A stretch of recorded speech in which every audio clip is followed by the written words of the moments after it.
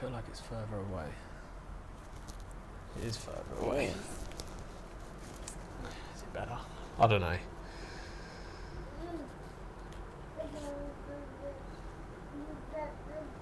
Tell everybody then. Words of Wisdom, episode 4. So the last one. It's fucking weird. This one. Right. Stop! Oh! There's 2 on here. I think we do 1 though, right? Uh-huh. The greatest revelation is stillness. Interesting. You're so annoying. What does stillness mean to you? Why are you fucking coming at me with that? I don't fucking know. I haven't thought about it because I was too busy reading the other one and I was like, fuck, that's so much better. What's the other one? Dare you say it? No. So the greatest revelation is stillness. Lao Tzu, 6th century BC. So they worked that out even all that time ago. Do you realise how stupid you just sounded? That was the whole point. It wasn't. That was so natural. Stillness. Do you mean physically being still, or? No, it obviously means mentally being still. Like not reacting to everything. That's physically being still. Yeah, but my mind is still as well. My mind is causing me to not physically react to anything.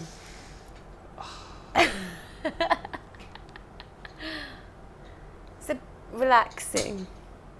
No, not relaxing. Not reacting. Just stopping. Just not reacting to anything. Mentally. Stillness. Just being present. That's it. We're going to take 10 minutes now. Little exercise for you. Yeah, going to do a meditation to fill time. Fuck's sake. No, I think that is the whole point of meditation, though, right? To bring yourself to be in tune with the present. Focus on the present. I think so. I've had so many different people say so many different things about meditation. One that always stands out to me was my next door neighbour in Putnam. Was a barber and she just cut my hair. She was like, the whole point of meditation is to stop thoughts. I was like, it's not. It's not. And that's what a lot of people think it is. It's to stop thoughts. And it's not about stopping thoughts. It's about being with your thoughts and just accepting them and not reacting to them positively or negatively. So when you do the Headspace course, the guy in there says, imagine you're sat on a hill watching traffic go by. Whizzing by, and every now and then you get hung up on a particular car and you follow it all the way. That's what your thoughts are like. Mm-hmm. And you get caught up in one thought and you run away with it. And you have nothing to ground yourself, to stop yourself running away with those thoughts. And that's what meditation is. Meditation is about, like you say, being present, but also having the ability to just step back and just watch your thoughts as they come and go. But the most important bit is the letting them go as well. Not just letting them come and clinging onto them. It's about it's here and then it's gone and then it's like a recycling. It's a very difficult thing though to be able to meditate. In particular, is it? Yes. Why? I'm telling you why. Let me get there. Flippin' heck. Because we would do meditations at college as part of the counselling course, and for people who in particular have trauma, when you run your body through a meditation, it quite often brings you to places that you didn't expect it to, and it can bring up things as well. And it comes with perspective and realization. So someone at college had said once, oh, my safe space I thought was this. And then when she did this meditation, she said, oh my God, that's not my safe space at all. It was something completely different. And it threw her entirely. It can bring up so much. And I think a lot of people are avoidant of that because they're scared of like the truth that it's going to bring to them. You have to ease your way into it though as well, don't you? So I wonder how much meditation she's done before. Or he. She, he. She, but I probably... It could be a she, he this day and age. To be honest, I'm not sure she's spent a lot of time meditating, but a lot of people... She's not the only one in the class that happened to. There was a couple of people, it brought up some stuff for them, which they then had to deal with. But it's a good thing that it did bring that up for them, but they weren't prepared for it at the time because they didn't know that would be brought up. Yeah. You have to ease your way into it. Same with anything. You're not just going to run a marathon. You're not going to wake up and go, I want to run a marathon, and then do it. You might. But you have to train. It's the same with meditation. You have to train. Yeah. You have to build up to it. And you have to train your mind to... You do little 3 minute, 4 minute, 5 minutes.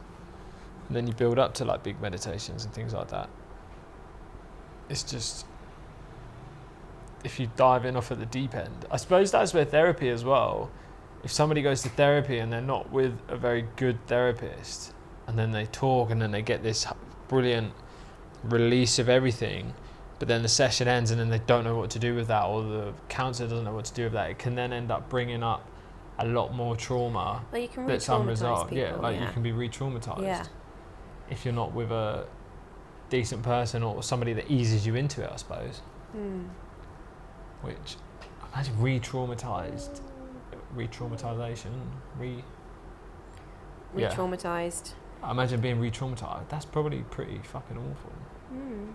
Yeah, if they're not ready to deal with it, prepared for what Can that be worse than the trauma itself? Yeah. Because you're in a safe, trusted space, accepting help. And for a lot of people, getting there in the first place is the biggest problem. Because the fear, the acceptance of the fact that people need help, so to get there, and then to have someone who you are completely trusting, who effectively is a stranger, to then basically take you back to the thing that scares you the most. What scares you the most? Why did you look up at the picture of the horses? I didn't realise which nobody can see. Battle. My most of my fear now is surrounding being a parent. Things happening to the boys, things happening to me, and not getting to see the boys. If something happened to me, then I wouldn't get to watch them grow up. If something would happen to them, but I don't dwell on that. I don't think about it consistently because that's really unhealthy. It is what it is. But I think a lot of people have that parental anxiety. But that's kind of most of my fear. It's not about mediocre stuff. It's more about like, ooh, I'd hate if that happened to my boys. Cool. Same question. Having the shits again in Morocco. Oh man. I think being still as well is peace of mind. Being at peace about something. Yes. This is what you do. Very annoying. What? No, it is being peace. Yeah, peace of mind. Coming to terms with stuff. Accepting, letting go. I think that's a big part of stillness, letting go. Yeah, absolutely.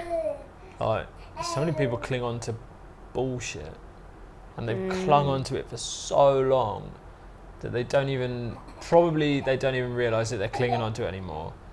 And two, if they do realise they're clinging onto it, they probably don't even know why they're clinging onto it anymore. Issues and past traumas, because they're only traumas because you keep saying they are to yourself. Like, if you're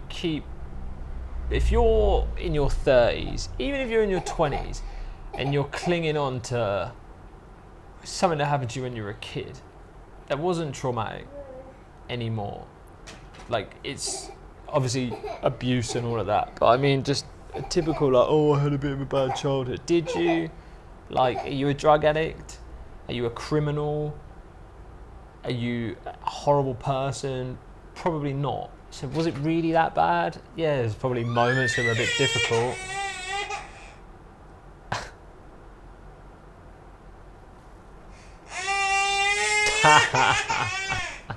What have you done? What have you done? Speaking of child trauma. Neglectful parents here. Yeah, whatever. It'd be alright. Hello. What did you do? I lost my train of thought now. If you turned out alright, did you really have a bad childhood? Yeah, like, unless you were like physically abused, sexually abused, mentally abused, like, and it was actual abuse, not just like fucking a smacked ass or whatever like that, like because you were being naughty. If it was properly a proper abuse, like, that's different. But if you just went through what every 90s kid went through, you get slapped ass, slapped on the back of your fucking thing. Well, if you don't stop crying, I'll give you something to cry about. Like, all of that stuff. Like, that's, the whole generation went through that. Oh yeah. You gotta fucking let go of that. And if you're clinging on to that now, like, oh, I had a difficult childhood, like, did you?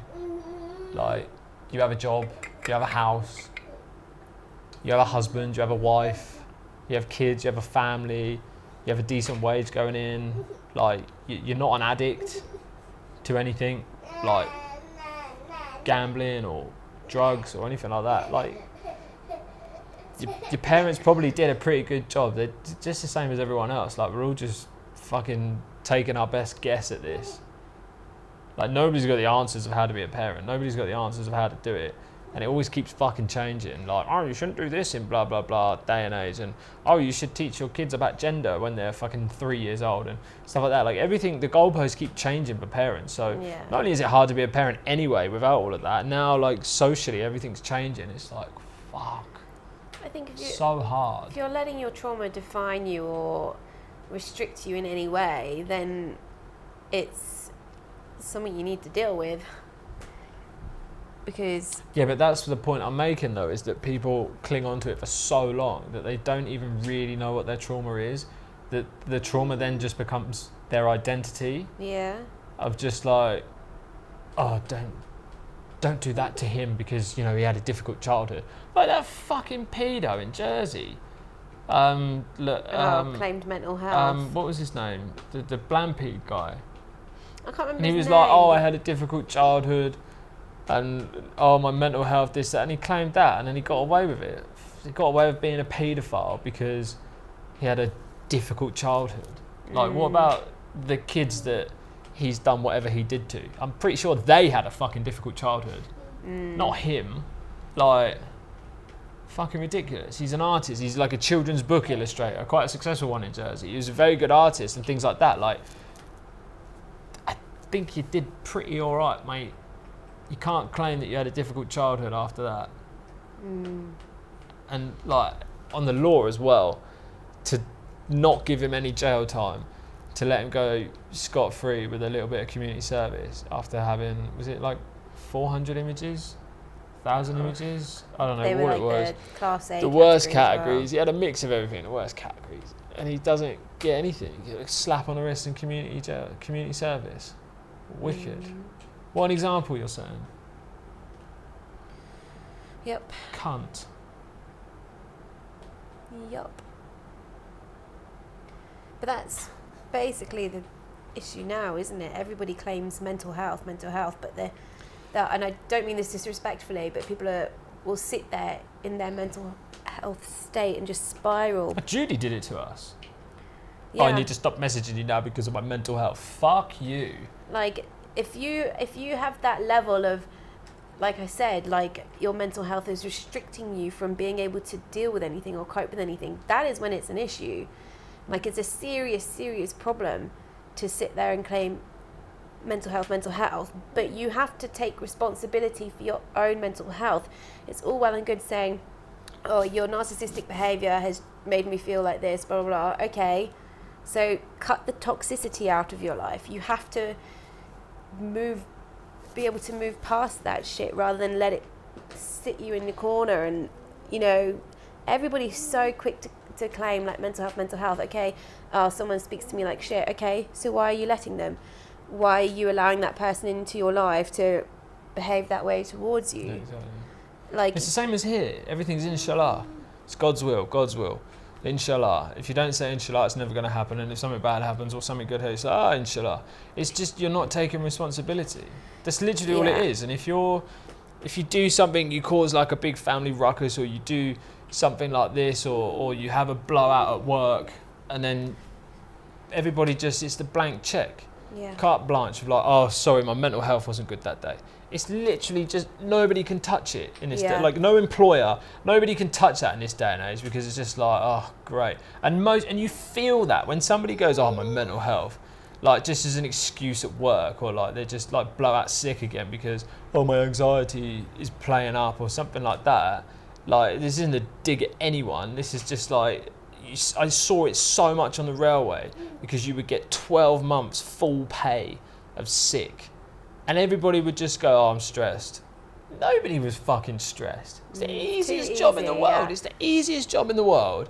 And it's even easier to just go sick and be paid for 12 months, full salary, and nobody can prove stress. It used to be back, but then the railway started getting savvy with it and sending people to physical therapy and stuff like that for their backs. So then everybody just went to stress, because you literally can't prove stress. Oh, I'm not sleeping, I'm not eating, oh, I just feel sick, and that's it. Like, But you're stressed.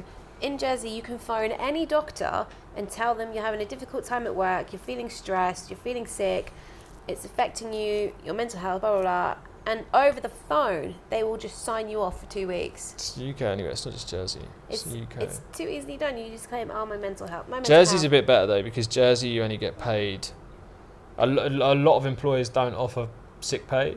The ones that do, it's like two weeks. I think my last job was 2 weeks of sick every 12 months.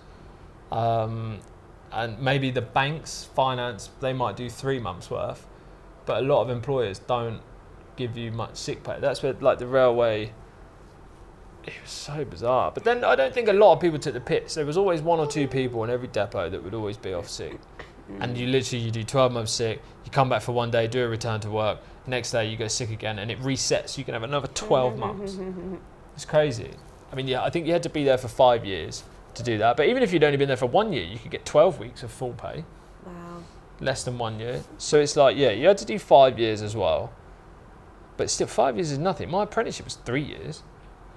People shouldn't just be signed off like that. Like you say, if you're going to your company and you're claiming... That's the trouble though. You can't... If you didn't sign somebody off and then they went and killed themselves or did something, that's on you. Like, that's the trouble. But companies should be offering that. I know it's starting to become more of a thing, but like you say, if you are feeling stressed, you should be able to go to your work and say, I'm feeling stressed, and then they should be able to find ways to help you. Not just, write you off entirely. Like you said, you'd be offered physical therapy, you'll be offered counselling under the company policy. I know there's a long waiting list for most companies, and in urgent cases it's not really appropriate, but... It's so funny here that you mentioned stress. They just look at you and they laugh. They're like, what's stress? What is stress? Yeah. You're like, anxiety. What is anxiety? What? Like, yeah, people have problems here, but they just fucking... It might not be healthy, but they just push it down and get on with it. Like, shit has to be done. You have to get on with it. You have to fucking clean your house. You have to go and earn money. You have to get food. You have to fucking cook. Whatever it is. Like, it's just... And you can feel it in the country. There's so much like mentally healthier here. And it could, like, climate can play a part in that. It's warm, there's sunshine, there's constant fucking sun. You just got vitamin D on tap for days. Like, that's a huge part. Like, seasonal affective disorder in the UK, because of the hemisphere, because of like the latitude of where it is, it's too high up. Come end of September, come the equinox, that's it. You don't get enough sunlight per, like, if the sun shone for 24 hours a day, you don't, for the entire length of the day, there isn't enough vitamin D there because it's too high in the sky, or too low in the sky, too high on the latitude of the planet. So seasonal affective disorder is a real thing, even with us. Like Scandinavia, it's a huge thing where they're even further up, and some parts of it, they don't even get any sunlight. So that definitely plays a role in it. But it's just also the general mentality of the country, maybe because it's poorer, maybe because it's third world, maybe because it's Muslim as well, an Islamic country. It's a lot more, everybody's just friendly to each other, because they are, but also you kind of have to be. If you're a bit of an arsehole here, you don't last. You just end up, like, it just doesn't work. Like, people just shut you off. It's very community based here, isn't it? Everybody helps each other. Everyone is like, hello, how are you? Like, even yesterday, you went to the shop, where we live. There's like a big apartment block. It's like it's complex. What is it? Kind of a complex, houses and apartments. It's just an estate, I suppose, residential area, whatever. And there's some shops on the main road, and we drive in past them all the time. And he's always saying hello. He recognises us. And then he went in there, bought some clothes, and then he just gave you a load of extra stuff. He's like, oh, you're our neighbour. Here's some gifts for your boys. Yeah. When they're older, tell them that they were from here. Like, yeah. Like, what? Like, it's weird almost. It's like, what? What do you mean, a gift? What's a gift? It made me really uncomfortable, actually, because I said to them, how much is this? And they said, no, you are our neighbour. Make me an offer. But because I didn't know the value of what I was buying, and I also didn't want to be rude because they were being so kind, I was like, well, tell me what it's worth, and then I'll pay you based on that. So I did. It's just very, very nice here. Very friendly. Very, just amazing, really. Yeah. Can't complain about the people. Complain about having the shits every 12 seconds. That's about it. What's he doing? He's chewing on the wire. Oh dear. There you go. You got all those toys. What do you want a wire for? You just can't. I can't complain about this place at all. I can complain about the UK till the cows come home. Like, and people go, oh, if you don't like it here, why don't you fuck off? Well, we did. Makes you realise, though, why people think that we're entitled over there. Where? In the UK. What do you mean? Well, when people refer to the Brits as being stuck up, entitled, snobby. Yeah, it's like, I get it. Like, I actually get it, being here. I've always got it anyway. It's always the British people that are toxic. It's always British people that go abroad. It's always, like, they're the ones fighting. Football, international football, it's always the Brits that are causing issues. It's always and like, it is a minority, but also they kind of, the media draws attention to it, and it's just gets blown out of proportion, doesn't it? But you get it why people don't like us when you go abroad. Well, we've never had that, but I mean, as a generalised thing. Yeah. People always like, oh, the Brits. Oh. Like, I get it. I totally get it. Because I think that way about. It's like, it's familiarity and having too easy access to everything, isn't it? Like, I feel like we don't have to work for stuff over there in the same way that you have to work for stuff here. How do you mean? Like, people, like, for example, I've got a buggy here. That's a rich person thing. People here just walk around with their kids. Oh, they just like, wrap them up, carry them, or they make the kids walk. Yeah, they get on with it. The hospital, you know, it's like a job that needs doing. People just do it, but you know, they make it look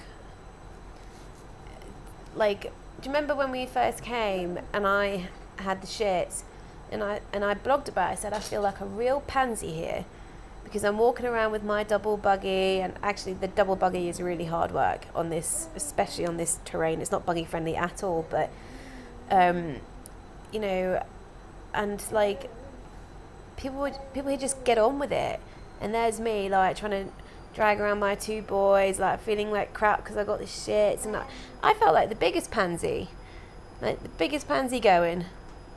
And in my head, I felt like people were like looking at me going, "Oh, come on, love, what are you doing? Get on with it. Like, you're in Morocco now, like, you got the shits. Who gives a shit? Yeah, it's different. Time to step up." Yeah, exactly. It's different, but it's good. What's that got to do with stillness?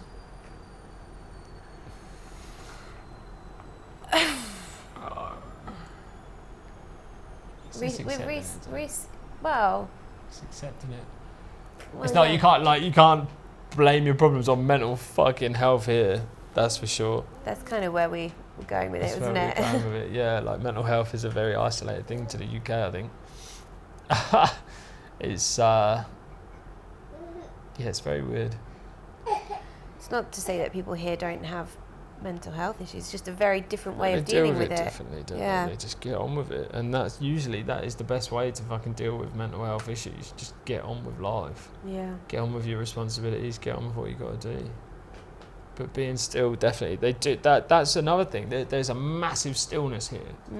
Like just being present, being in the moment. There's a huge quantity of that. Like the guy that always says hello to us. He just sits outside his shop. Yeah.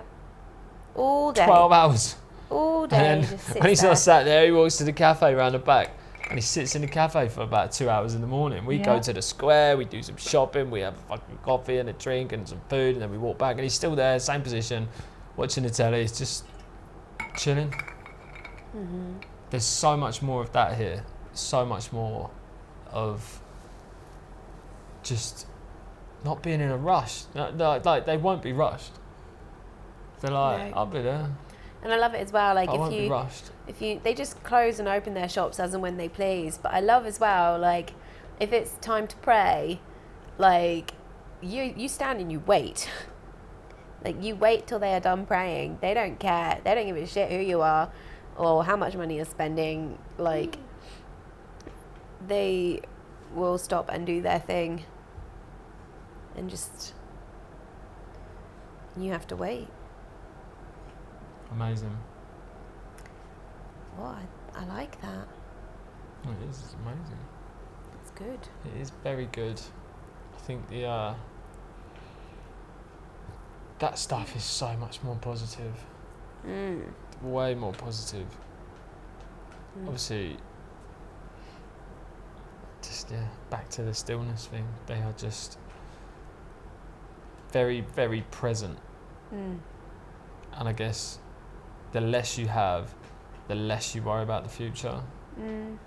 Not in a horrible way, not in a... It's like John says about people here, it's just the poorer they are, the more they have to give you, the more they have to offer. Like their time and their help, and that when you get like right into the mountains, right into the desert, they got nothing. Financially, they've got nothing, but they've got so much happiness and joy and like time to give you and help, and like they're just very interested in you and what you're doing and why you're doing it, and it's amazing. And the standard here, like if you go round to someone's house for tea, you don't need to book in advance when you go to someone's house for tea. You rock up at anybody's house, any day, any time of the day, and you will be greeted with, come in. Why? Like, it's open house policy here. People just go into your house. You don't book appointments here. It's just so friendly, so open. And then you get a big pot of Moroccan tea as like a standard. You don't even get offered tea, you get given it. And you don't just get tea, you get food. You'll get a range of bread and olives and Berber pizza and local pastries, whatever people have got in their home, and it's all freshly cooked, it's all homemade. Whatever they've got, they'll just bring it out to you and it's yours. Dates, butter, So good, raisins, nuts. So good. I love it. I do love it. It's so good. And the sunshine, just the sunshine.